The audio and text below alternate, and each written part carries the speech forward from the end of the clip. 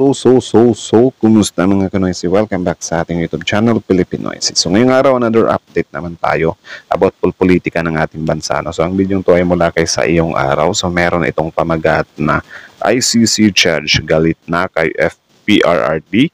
Bakit kasi ginawa ito ng mga supporters sa judge? So yan yung alamin natin, titignan natin, bibigyan natin ng reaction at alamin natin kung ano yung naka-upload sa video to. Kasi, syempre, aware din naman tayo, di ba, na sobrang G na nga ngayon yung mga DDS supporters, di ba, pati judges, hinahamak na nila. Meron pa nga ako nakita na yung judge dito, binabastos nila. Sinasabihan nila na para daw yung stepmom ng PHP Hub. So, something like that, di ba? So, ginagawa nilang katatawanan, men. So, di natin alam, baka nag-PPM talaga sila or ina-attack nila mismo yung judge sa pribado nitong buhay. So, something like that pa. So, bago natin simulan sa iyong araw, supportahan nyo yan. Tapos, syempre, kung trip nyo ng mga ganitong reaction video, may kasama kayong manood, huwag nyo na rin kalimutang supportahan yung YouTube channel natin, Pilipinoysi. So, mga Kanoysi, hindi na natin to patatagalin pa. Simulan na natin, baka agawin pa ng China. Again, ang pamagat ng video ito, ICC judge galit na kay FPRRD. Bakit kasi ginawa ito ng mga supporters sa judge?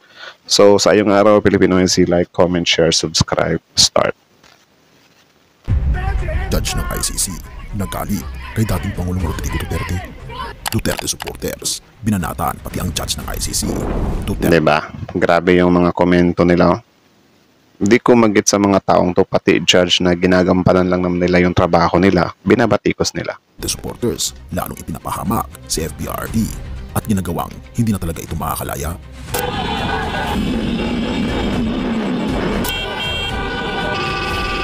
Diba? Ganyan ka. Ewan ko kung walang modo ba yung tamang term dyan. Duterte supporters spam ICC judges SOCMED or social media accounts. It may backfire, lawyer. So, opinion lang naman yan ng lawyer. Though, sige, sabihin na natin na yung mga judge na yan is meron silang professionalism, something like that. Pero, alam nyo, konting kirot ng tao, especially kapag hinahamak mo yung family nila or whatsoever, di natin alam kung ano na mangyayari or ano na yung mga dinaramdam nila, ano na yung gagawin nila. Ito din, nag-iisip din yung mga DDS sa part na to.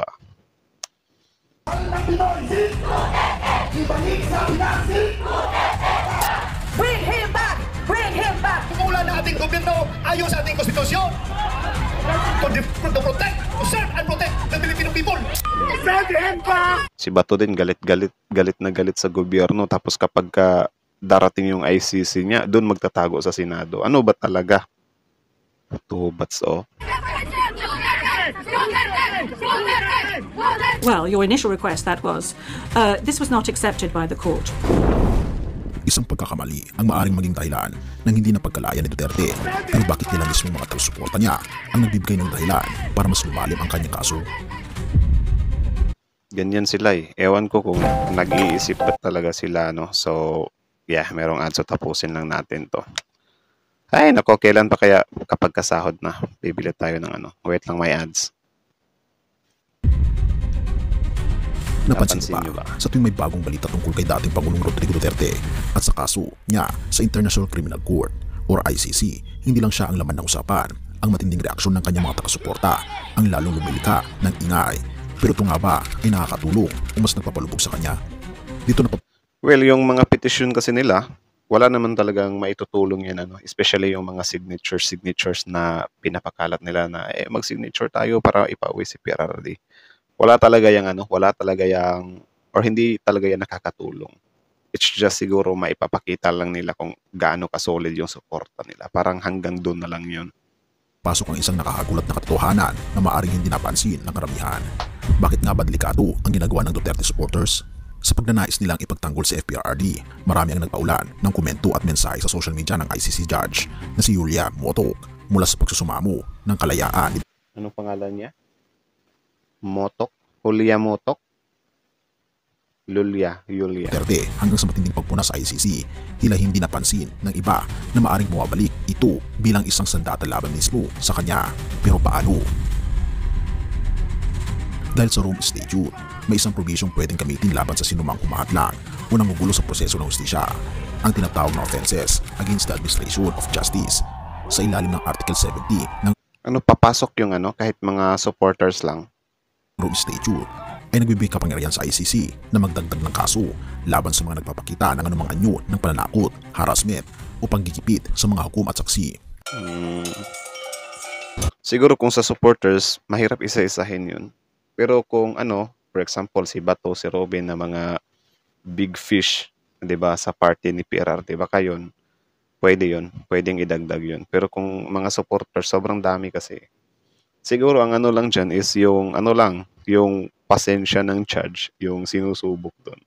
Kasi yun nga, 'di ba, yung mga judge na yan is dapat meron nga silang ano, meron nga silang, or dapat professionalism pa rin talaga kahit ano yung mga pang-aatake na natatanggap nila, no. Pero syempre tao lang din sila, 'di ba? Pwede silang masingitan ng, you know, kapag ano, ako talaga napikon sa mga to, makikita talaga nila, hinahanap nila. Baka ganun ba?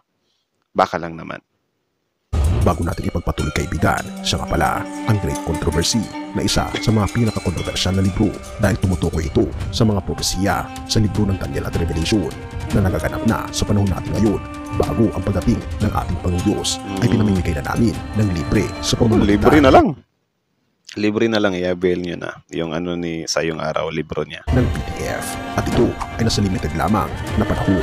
Kaya i-click mo sa description sa baba upang ma-avail mo kaibigan ang napaka-importanteng libro ito na magbubukas sa iyo sa mas maliwanag mong How will it kunin end? ng ating Panginoon Diyos.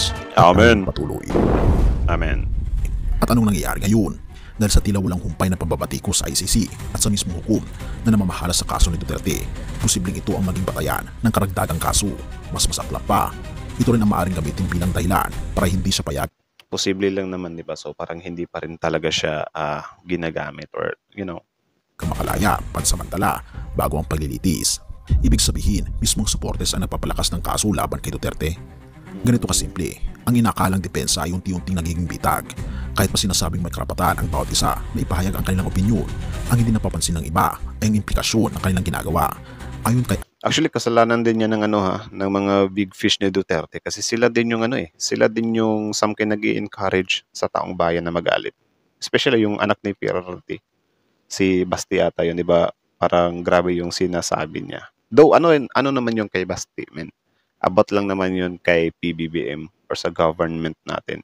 Pero syempre, yung galit kasi ng taong bayan, pwedeng mag-expand kasi yan or mag-stretch ba, na parang since galit na nga sila kay PBBM, parang parang ang tanggap na nila sa pag-i-encourage ng kampo ni PRRD na magalit yung taong bayan is parang hindi na nakokontrol ng mga supporters. Kaya yung iba, pati sa judge, doon na sila napupunta.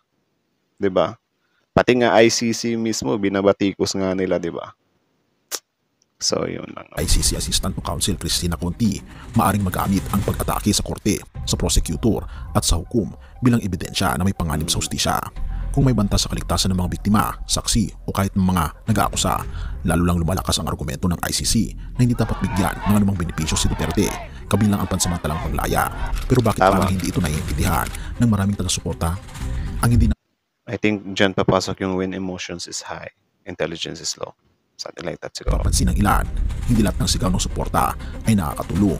May mga kilos na sa halip na magbibigay lakas kay Duterte ay lalo lang nagpapabigat sa kanyang sitwasyon. Tama. Kaya ang tanong, ang galit pa ng kanyang supporters ay talagang depensa o isang paraan para mas mabilis ang kanyang pagkakakulong? Isang bagay ang malinaw. Habang lumalapit ang confirmation of charges sa Setyembre, bawat galaw ng mga taga-suporta ni Duterte Actually, nakakainib yung September Sobrang layo pa kasi. Dapat ganapin na yan mga July. 'Di ba? Or June or May. September sobrang layo. Sino ba dito yung excited na masimulan na? Comment nga kayo sa baba. ay maaaring maglaro ng malaking papel sa magiging desisyon ng ICC. Kung ganito ang direksyon ng suporta, baka dumating ang araw na hindi na lang simpleng kaso ng crimes against humanity ang kakarapin ni Duterte, kundi pati na rin ang bunga ng kanyang sariling hukbo na dapat sanay nagtatanggol sa kanya. Dahil sa isang maling hakbang, maaaring hindi na siya makalabas kailanman. Parang parang unconscious yung mga supporter Okay. Parang same lang din yan nung Same lang din yan nung anong tawag diyan? 'Di ba nung time na hinuli si PRRD ni General Torre. 'Di ba parang nag-wild si ano doon, si Hanilet at saka si Kitty Duterte.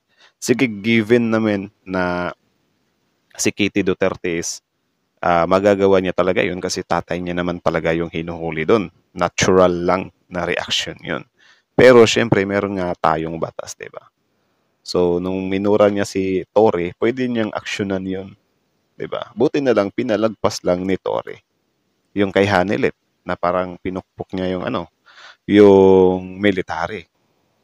'Di ba? Ang laki ng bukol. Tapos pinalagpas lang, di natin alam kung ano yung nangyayari doon. Baka inano na lang, anong tawag dyan? Yung para makwits, parang sinettle, something like that. 'Di ba? So parang ganito lang din mga supporter nila, unaware sila dahil nga sa sobrang solid ng suporta nila. Dahil minsan, ang pinakamalakas na depensa ay hindi pagsigaw, kundi masusing pag-iisip bago kumilos. Tama. Pero may oras pa kaya para baguhin ang takbo ng sitwasyon o huli na ang lahat. Have mercy, O God. Have mercy to God. Para sa akin, ano talaga siya, huli na. Huli na kasi nandyan na si PRRD sa ICC. Levitico 19 verse 18, huwag kang maghiganti o magtatanim ng galit sa iyong kapwa, kundi ibigin mo ang iyong kapwa gaya ng iyong sarili. Ako ang Panginoon. Pero di na masyado nagagampanan niya ng tao. Ha? Kasi kung mapapansin nyo sa Facebook, sobrang daming nagbabardagulan, nag-unfriend-nan sa isa't isa. Di ba? Wala nang ganyan ngayon. Sa Meron gitna ng pa, matinding pagtatalo at hinwaan, madali tayong madala ng galit at pagnanais na ipagtanggol ang ating panig sa anumang paraan. Ngunit bilang mga tagasunod ng ating Panginoon Kristo, tinatawag tayo upang magpakita ng pagmamahal sa ating kapwa, hindi ng Tama. galit o pananakot. Ang Tama. kaso ni dating Pangulong Duterte at ang kilos ng kanyang mga taga-suporta ay nagiging dahilan upang lalong tumindi ang kaguluhan at paninisi. Tama. Pero medyo subjective din siya, no? Subalit itinuturo sa atin ng ating Panginoon Jesus na ang tunay na hustisya Or I don't know. ay hindi nagmumula sa sigaw o pananakot, kundi sa pagpapakumbaba at pagpapatawad. Ang ating Panginoon Kristo mismo ay pinagbintangan, hinusgahan at ipinako sa krus. Tama. Subalit hindi siya gumanti. Sabi, ipinakita niya ang pinakamataas na antas ng pagmamahal sa pamamagitan ng pagpapatawad at pagsunod sa kalooban ng ating Diyos Ama. Tama. Ngayon, bilang mga Kristiyano, tanungin natin ang ating mga sarili kaibigan. Nakakatulong ba ang ating salita at kilos sa pagdadala ng liwanag sa ating Panginoon Kristo o nagdadagdag lang ito ng kadiliman? Pangalawa, ipinaglalaban ba natin ang tama sa paraan ng ating Panginoon Jesus? May pag-ibig ba, kababaang loob, at hustisyang makadiyos? So yun, sagutin niyo yung tanong na yun kasi medyo malalim yun. Di natin kayang sagutan yun.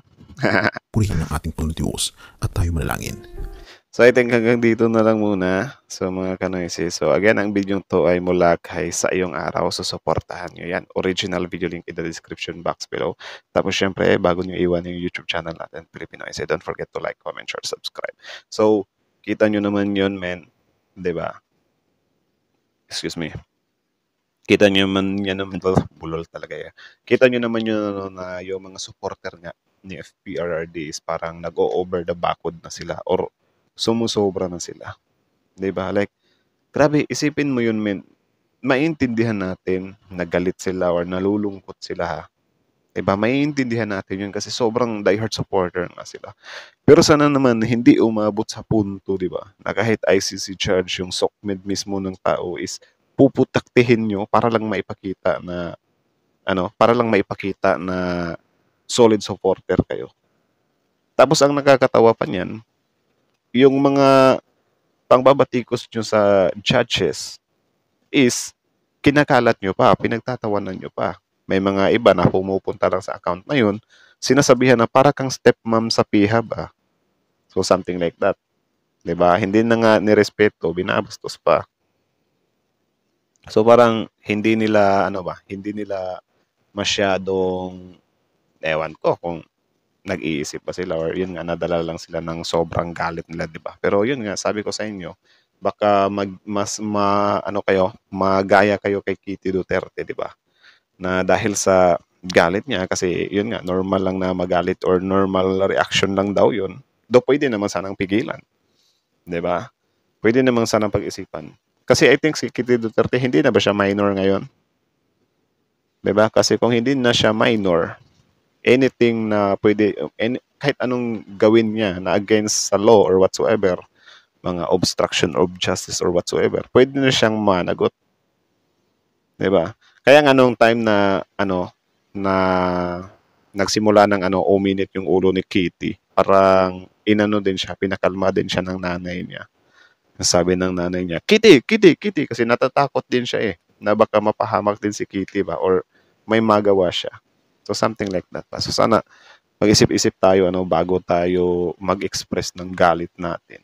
So sana sa mga supporters na 'yan, wag niyong karirin yung parang halos lahat na lang, 'di ba? Halos lahat na lang ng for example like that judge lang naman siya. Hindi naman siya yung nagkaso kay PRRD. 'Di ba? Nandiyan siya para husgahan or i-judge yung mga nangyayari diyan. Hindi para putaktihin niyo yung social media ng tao, 'di ba? Baka next naman yan, mabansagan na naman yung mga Pilipino na most critic. Di ba? Grabe kung mang-criticize. Di ba? Kahit judges kini-criticize. So sana wag tayong umabot sa ganong di ba? Ganong level. So yun lang naman mga kanoisis. So kayo na masasabi nyo dito, comment down below. Tapos yun, pag-usapan natin yan sa comment section. And then, yeah, that's it. Sa yung araw, original video link in the description box below. Tapos syempre, Filipino IC. Like, comment, share, subscribe. Filipino IC is out.